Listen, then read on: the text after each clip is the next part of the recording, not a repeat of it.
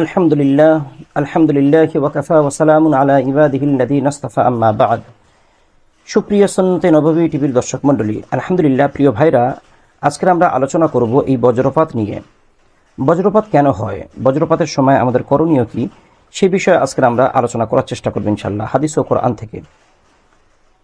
বজ্রপাত বর্ষার মৌসুমে ঝড় বৃষ্টি ও বজ্রপাত বেশি হয়। বিকট শব্দের এই সব বজ্রপাতে মারা যায় অনেক মানুষ।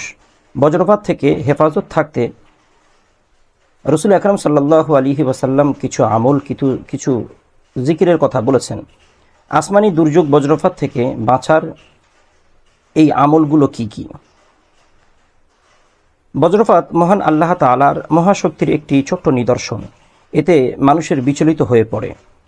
যার উপর বজ্রপাত হয় তার মৃত্যু অনেকটাই নিশ্চিত।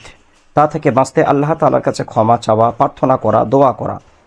বিশ্বনবী মুহাম্মদ সাল্লাল্লাহু আলাইহি ওয়াসাল্লাম তিনি ইরশাদ করেছেন, হাদিসে এসেছে, হযরত আব্দুল্লাহ ইবনে ওমর রাদিয়াল্লাহু তাআলা আনহু তার বাবার থেকে বর্ণনা করেছেন, রাসূলুল্লাহ সাল্লাল্লাহু আলাইহি ওয়াসাল্লাম এই বজ্রপাতের সময় এই দোয়া পড়তেন, আল্লাহুম্মা লা তাকতুলনা বিগযাবিকা ওয়া লা তুলহিকনা বিআযাবিকা ওয়া আফিনা ক্বাবলা যালিক। আরেকবার দোয়াটা বলছি, রাসূলুল্লাহ বজ্রপাতের সময় এই দোয়াটা পড়তেন, আল্লাহুম্মা লা তাকতুলনা বিগযাবিকা ওয়া লা তুলহিকনা বিআযাবিকা ওয়া আফিনা ক্বাবলা যালিক।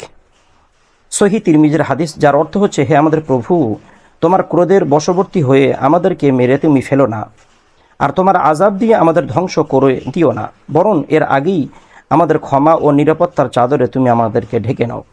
বজ্রপাত থেকে হেফাজত থাকার তাসবিহ সমূহ।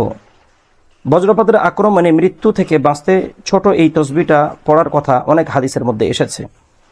বিখ্যাত হাদিস গ্রন্থ মুসান্নাফে আবি শাইবাতে বলা হয়েছে, বজ্রপাতের সময় সুবহানাল্লাহি ওয়া বিহামদিহি বেশি বেশি করে পড়তে।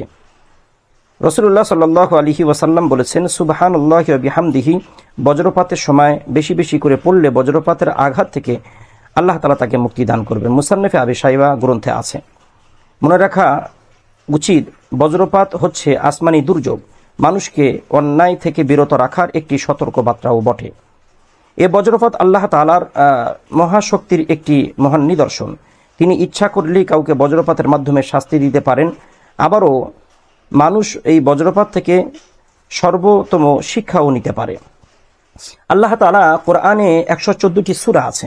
এই 114টি সূরার মধ্যে একটা সূরার নাম হচ্ছে সূরা রাআদ, যে সূরার অর্থ হচ্ছে বজ্রপাত। আল্লাহ তাআলা কোরআনের মধ্যে বলেন, হুয়াল্লাযী ইরিকুমুল বারাকা খাউফা ওয়া তামাআ ওয়া ইনশিহুস সাহাবাস সিকাল ওয়া ইউসাব্বিহুর রা'দু বিহামদিহি ওয়াল মালাইকাতু মিন খিফাতি ওয়া ইরসিলুস সাওয়াইকা ফায়ুসিবু বিহা মান ইয়াশা ওয়া হুম ইজাদিলুনা ফিল্লাহ ওয়া হুয়া শাদীদুল মিহাল।